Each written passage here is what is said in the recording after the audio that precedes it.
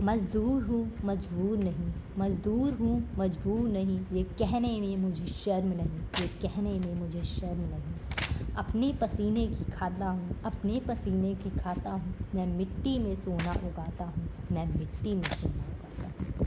नमस्कार, आदाब, सत श्री अकाल, और आप सुन रहे हैं आपके मन की बात हमारी ज़ुबान के साथ। जैसा कि हम सभी को विदित है, आज 1 मई अंतर्राष्ट्रीय मज़दूर दिवस है। 1 मई इंटरनेशनल लेबर डे। तो इस इंटरनेशनल लेबर डे के दिवस पर मैं आप सभी के समक्ष एक कविता लेकर प्रस्तुत हुई हूँ, जो मज़दूरों की पीड़ा को व्यक्त करती है, जो मज़दूरों की दिनचर्या, जीवनचर्या को व्यक्त करती है। मेरी कविता के बोल कुछ इस प्रकार है। मज़दूर। मैं मज़दूर मुझे देवों की बस्ती से, मैं मज़दूर मुझे देवों की बस्ती से क्या, अगणित बार धरा पर मैंने स्वर्ग बनाए, अगणित बार धरा पर मैंने स्वर्ग बनाए। अंबर पर जितने तारे उतने वर्षों से, अंबर पर जितने तारे उतने वर्षों से, मेरे पुरखों ने इस धरती का रूप संवारा, मेरे पुरखों ने इस धरती का रूप संवारा। धरती को सुंदर करने की ममता में, धरती को सुंदर करने की ममता में बिता चुका है कई पीढ़ियाँ वंश हमारा, बिता चुका है कई पीढ़ियाँ वंश हमारा। युगों युगों से इन झोपड़ियों में रहकर भी, युगों युगों से इन झोपड़ियों में रहकर भी औरों के हित लगा हुआ हूँ महल सजाने, औरों के हित लगा हुआ हूँ महल सजाने। ऐसे ही मेरे साथी भूखे रहे, ऐसे ही मेरे साथी भूखे रहे, लगे हुए हैं औरों के हित अन्न उगाने, लगे हुए हैं औरों के हित अन्न उगाने। इतना समय नहीं मुझको जीवन में मिलता, इतना समय नहीं मुझको जीवन में मिलता। अपनी खातिर सुख के कुछ सामान जुटा लूँ, अपनी खातिर सुख के कुछ सामान जुटा लूँ। पर मेरे हित उनका भी कर्तव्य नहीं क्या, पर मेरे प्रति उनका भी कर्तव्य नहीं क्या। मेरी बाहें जिनके भरती रहीं खजाने, मेरी बाहें जिनके भरती रहीं खजाने।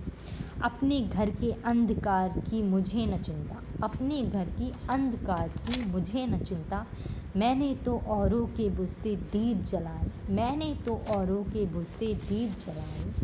मैं मज़दूर मुझे देवों की बस्ती से क्या, मैं मज़दूर मुझे देवों की बस्ती से क्या। अगणित बार धरा पर मैंने स्वर्ग बनाए, अगणित बार धरा पर मैंने स्वर्ग बनाए। मैं मज़दूर मुझे देवों की बस्ती से, मैं मज़दूर मुझे देवों की बस्ती से क्या, मैं मज़दूर मुझे देवों की बस्ती से क्या।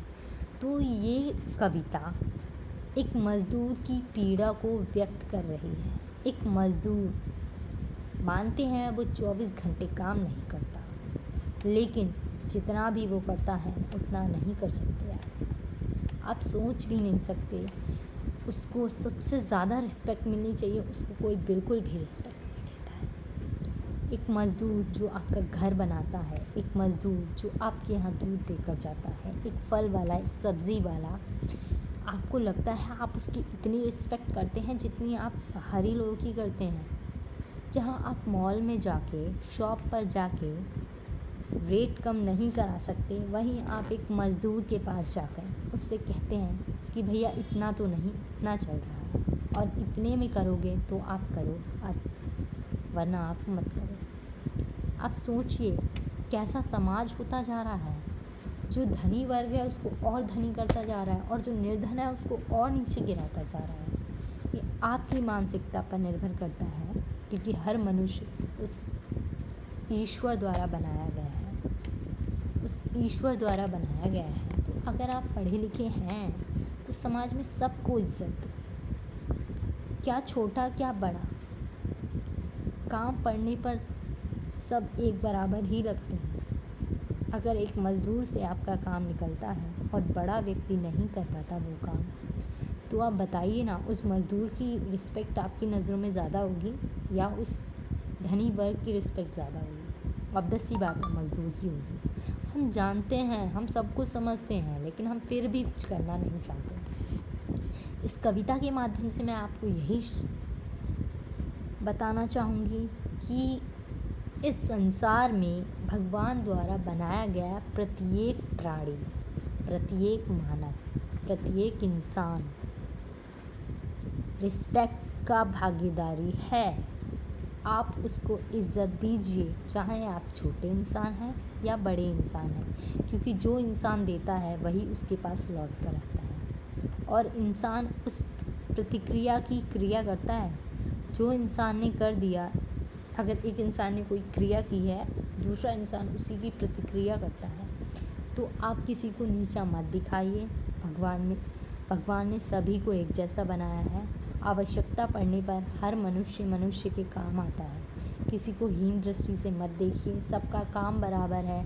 सब पूरे दिन मेहनत करके फिर मज़दूरी लेते हैं, चाहे कहीं वो बड़ा वर्गीय क्यों ना हो या छोटा वर्गीय क्यों ना हो। मज़दूरों की भी उतनी ही इज़्ज़त कीजिए जितनी आप बाकी समाज की करते हैं। धन्यवाद।